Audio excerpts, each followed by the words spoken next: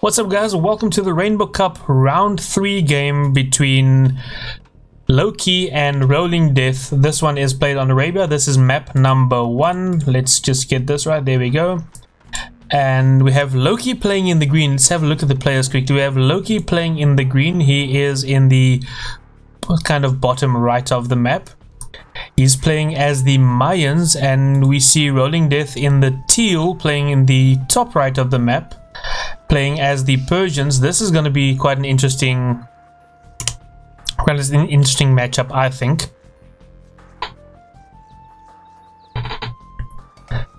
So, and yes, Flips, I definitely agree. It is, for a tournament like this, which is a small tournament, it is nice having it live and having the players in chat after the game.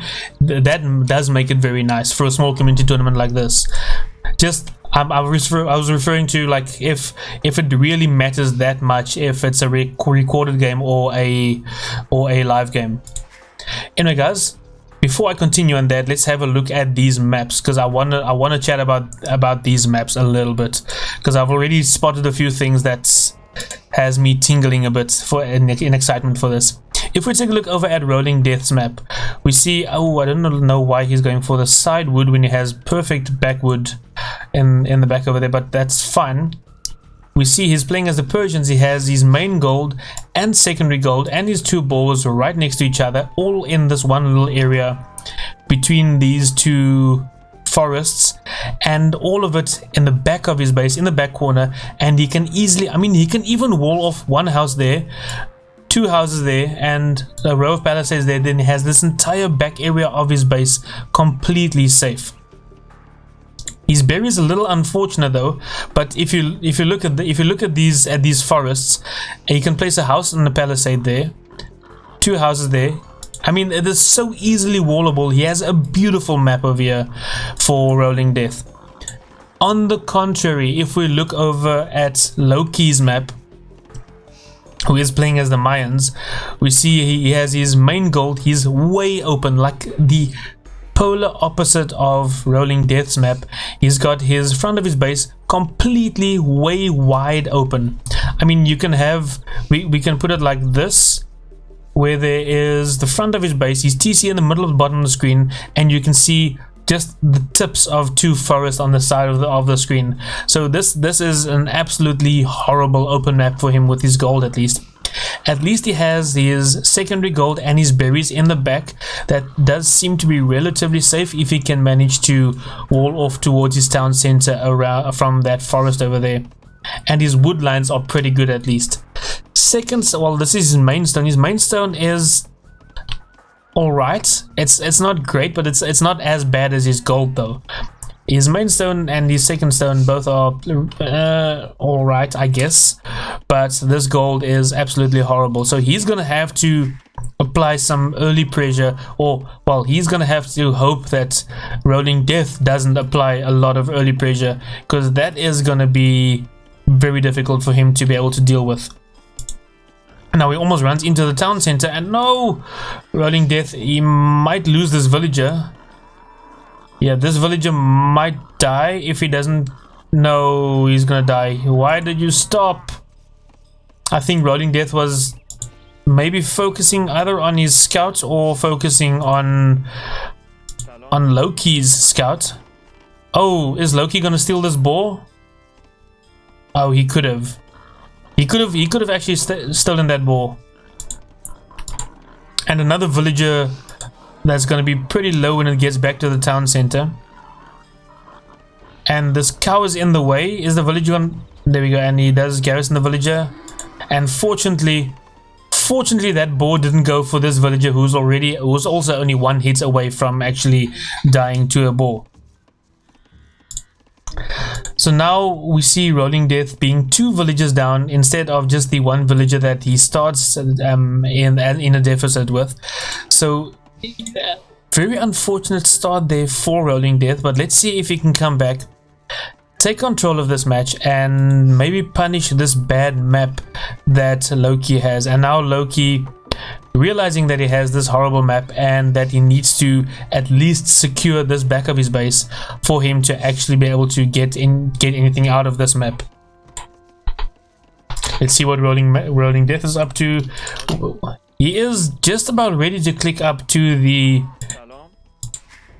feudal age. There we go, and he's going to go up on 22 pop. So that's the old school 22 pop scout build. And he's actually has quite a lot of resources. He's got a lot of wood, a lot more wood than you would normally have with the 22 pop. But I almost forgot. That is because, as the Persians, remember that you start with a bonus 50 food and 50 wood. So he's going up on 22 pop, even though he lost the villagers. So this technically is a 23 pop build. 23 population feudal build, and he's busy walling off the front of his base, putting the barracks in. I would have actually preferred the barracks in this hole over here. If you can put it in this gap over here. Does he see that? He does see that, so he could have, I mean, he could have rather placed it in there. That would have been a lot safer for one. Not a lot safer, just it would have been a little more efficient for him to have the blacksmith in that little hole over there, the barracks in that little hole over there. Now we see he is completely walling off the front of his base, the same as LowKey is. And LowKey, is he going to go for men-at-arms, or is he going to go straight? Okay, he's going straight into archers, so he's not going to go for men-at-arms. So we'll see. Well, he might go for straight into eagles, but that is a little unorthodox and not that common for players to go straight into eagles in the feudal age, since they are a little squishy in the start of the feudal age. So let's see what... Okay, so RollingDeath not even putting down a stable immediately when he reaches the feudal age. I was expecting him to put down a stable and then to try and get up, or try and get a few scouts out, but he's not putting down a stable. And we see he's just continuing walling off his base. He has scouted LowKey's base, and he does see that LowKey is also completely walled off, and LowKey building two ranges in the back of his base, making sure to put it out of sight so that RollingDeath can't see those two ranges even when he runs his scouts around his base. There we go, the stable now coming up with two villagers in the front. A little late for a stable to come up in a scout build, but I mean, now we see, is he going to continue this wall off over here, or what is he going to do? Okay, he's going to wall straight off to the back there. So making sure to keep his entire base safe. I mean, guys, this is the perfect map. He's got both of his stones inside his walls, his main gold and one secondary gold inside his walls, and that should be pretty safe for him if he only can, well, if he finishes this wall off over here. But now we see he is getting scouts out. He's queuing up 4 scouts, and immediately we also see LowKey preparing a spearman so long. He's got a spearman ready. He's got 2 spearmen ready, and he's gonna have the 2 spearmen with his archers on their way out, and gonna try and apply some pressure to RollingDeath with that. And double stable coming up now for RollingDeath. So is he gonna go in? Is he gonna go full on feudal play, or is he just putting up a second stable so long just so that he has it, and then just put up the blacksmith to actually click up? Yeah, Adora of Blood, same with me. I would also like prefer to always get that inside my wall, but then I get punished and die. So yeah, don't take that advice, or take the advice from me when I say do it like this, because this is exactly the wall off that I suggested. Don't take the advice that I do when I'm playing the game, because it's wrong. I would have died. I would have failed. Like you say, overcommitting. I would have overcommitted to this gold, and I would have failed. I think I have something inside me that tells me that I have to take my main gold first.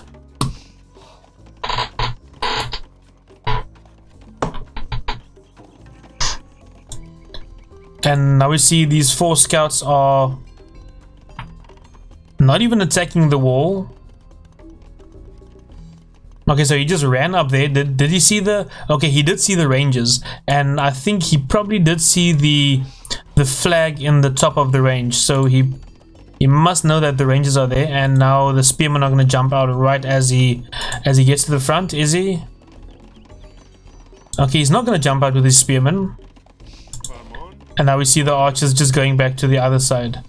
Even more scouts now coming out for RollingDeath, and he even got bloodlines for his scouts as well.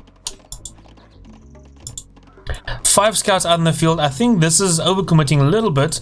There you go. Now we see a range coming up, and he's going to complete the wall off around his base, and he should be pretty good to actually just save up, get a few more farms down. He's got way too much on wood right now. He's got 16 villages on wood right now. Get a few more farms down, get some more food, and then he should be good to get on his way up to the castle age. LowKey on the other side also has a lot on wood and a lot on gold. That's more than you need on gold for double range production for Mayans. And good job. Now we see a few skirmishes coming out here for RollingDeath, already creating skirmishes. He doesn't have a blacksmith yet, so he obviously won't have fletching, and we already see fletching on these archers. This is quite a lot of archers. This is 16 archers coming in. Is he going to send the archers or the spearmen back to deal with these scouts? Or no, he's just going to wall up behind this. These three skirmishes aren't going to be enough to actually deal with all of these archers coming in. But I'm wondering if he's going to decide to actually attack around this side. What has he seen so far? Oh, a few shots on the scouts over there. So he hasn't seen this side of RollingDeath's map so far, and now he sees the barracks over there, and he sees the palisade. He's going to go straight for the palisade. Is he going to go for the palisade? Oh yes, he's going to go straight for the palisade. He's going to try and run in that palisade, and I think this is going to be dangerous now for RollingDeath. He needs to actually, yeah, he's not gonna keep these units out. He doesn't have a blacksmith up yet, so he doesn't have fletching. And now, oh no, he's throwing his scouts into the spearmen. Ooh, that's a massive loss. Taking the fights with the spearmen with his scouts, that's unfortunate for him. And now he's losing all of his skirmishers as well. And now all of these archers will get into his base. He's got 16 archers in his base. And now LowKey is on his way to the castle age, where RollingDeath was meant to be the first one being able to go up to the castle age. Still has way too much on wood and not enough farms. 12 farms really not enough, especially if you're gonna go double stable scouts in the feudal age. Then 12 on farms will definitely not be enough for you. I mean, these archers taking down a scout before the scouts can even get a single shot off on the archers. I think, there we go, one archer might die. There we go, one archer, not even a single archer died, and he kills all the scouts. Now he needs to run, because now all of these archers in his base, and RollingDeath will need to run. He's lost a few units already, falling back, losing another villager, lost 3-4 villagers already, and just one archer killed, 2 archers killed so far for LowKey. And now he's running these 15 archers around, just comes back and he's gonna snipe 2 more villagers. These 2 villagers probably will die as well. Now see, RollingDeath is running away with these 2 villagers, trying to run them to safety somehow. But yeah, he's gonna die, and she's gonna die as well. And no more, well, 1 more archer lost, but that's about it. And now fletching coming in for RollingDeath. But I think LowKey is now in castle age. He's gonna get crossbow pretty soon. And I'm not sure if RollingDeath has enough to deal with this. He's now clicked up to castle age. He's so far behind. He's like 2.5 minutes behind to castle age. More than 2.5 minutes actually, since it takes 2 minutes and 40 seconds for castle age to be researched. And now he loses another villager on his farms. It's a little sloppy leaving these villagers out to actually die to the archers.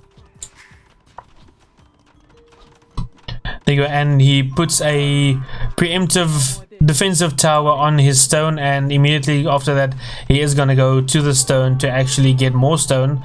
And now he's forced off of his gold as well. He does have a lot of wood though, so he can sell some wood and even buy some food to get a few knights out. Remember guys, Persian knights do bonus damage versus any kind of foot archers. So his knights will do a lot of damage versus these crossbows at least. Oh, and I think these villagers are going to be spotted. No. Ooh, this is going to be bad for him. He's going to lose all of those villagers. LowKey is splitting his army up in 2 groups, and he's going to trap these villagers in. And wait. Okay, he's losing 1. He lost 2, 3, 4. He lost 4 of them, so he kept 3 of them alive at least. Now he's just saving up for the castle age, trying to get a castle age. And LowKey, on his side, he has enough stone to build a castle. Well, now he has enough stone to build a castle, and he has got 15 more crossbows ready to be sent across the map. As soon as these 12 crossbows die, he has 15 more to send across the map. Now we see Elite Skirmisher coming in for RollingDeath. I want to see him get a few knights out as well. He's not going for any knights. He's just queuing up a few more skirmishers. But he needs to cover, he needs to plug this hole though, before the other crossbows come in. And here we go. Nice defensive castle coming up for LowKey. Not pushing the advantage with an aggressive castle, putting up a defensive castle, and now sending his additional crossbows, 15 crossbows forward. And here we see his starting scout still just chilling over here. At least put it on auto scout instead of just having it stand still in the middle of nowhere. You see these skirmishers that only have fletching so far, but they still do a lot of bonus damage versus these crossbows, and he will actually be able to take care of these 9 crossbows with these 6 skirmishers. But now we see more crossbows coming across the map. Okay, now LowKey is just patrolling this hill, making sure to keep control of this hill, as this hill is going to be his springboard into RollingDeath's base. And we see these 2 crossbows still here, denying the wood line for RollingDeath. And now we see second town center coming up on the stone, and he might want to put up a third town center on the one of the golds over on this side. And he's still only making scouts though, I think. And what does he, oh, he doesn't have any gold. That is why he's still relying on scout. He doesn't have any gold access yet. Now he can get back on gold. Now he can pull, now he should probably pull a few villages off of wood and send them to gold immediately to be able to actually get gold access and take control of his gold and get some gold and get some knights out on the field. He really needs to get quite a few knights out right now, as soon as possible. There you go. Now the skirmish is coming forward. He has 6 scouts at the moment. He doesn't have any upgrades on the scouts yet. He should probably get at least the plus, well, but he needs to get the +2 armor at least for his scouts or his knights that he needs to start creating. And oh, now we see Obsidian Arrows coming in for LowKey. So he's that basically changes these crossbows into siege crossbows that can take down a building in absolutely no time. Obsidian Arrows obviously is the unique tech for the castle age that gives their archers, the archer line, I think it is +4 attack versus buildings. Let's double check that. It's, sorry, +6 attack versus buildings for archers, crossbows and arbalists. So now each one of these crossbows will do an 6 additional attack versus buildings, and he is still massing up a lot more crossbows. He has more than 30 of them already, and LowKey doesn't have the units to defend against this. These few skirmishes that he has is not enough to defend against this, and I don't think he knows what is coming. I don't think he knows what is in for him. Yeah, it definitely is one of the most fun techs in the game. Dude, having like a ball of like 40 or 50 arbalists taking down a castle, that is priceless, and you lose like only 2 or 3 of them. So now we see RollingDeath is creating a few more skirmishes. He's trying to get his eco back up, and he's just trying to boom and trying to work on his eco. But in the meantime, there's this ball of 33 obsidian, well, let's call it siege bows, not crossbows, siege bows. This ball of 33 siege bows running around his base, just looking for the optimal spot to enter in. I mean, he doesn't even really need to care about this tower over here. He'll take this tower down in a few shots. They will do 198 bonus damage per shot. So 220 damage per shot roughly. Let's say 800, it should finish on off the first shot. Oh, sorry, it does 600 damage per shot, not 596 damage per shot by the crossbows on the tower. So it takes a tower down in 3 shots. He didn't even lose a single crossbow. He had 33, he still has 33.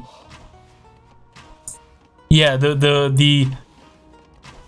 I mean, look at that. It's like 7 or 8 shots and the range is down. The only thing that'll counter this now is a mangonel, 1 or 2 good mangonel shots, or 4 good mangonel shots at least, and way more skirmishes in this with Botkin Arrow at least. He still doesn't have Botkin Arrow. He has the armor upgrade, but there we go. These crossbows already have +2/+2, and the skirmishers only have +1/+1, and now he is getting the second armor for his skirmishers, but he's still going to lack that additional range. And now we see even more crossbows coming in the front. 15 more crossbows. Well, now it's 14 more crossbows coming in the front, and he's using these to snipe villages. But let's see how quickly they will snipe this monastery if he actually goes for the monastery with them.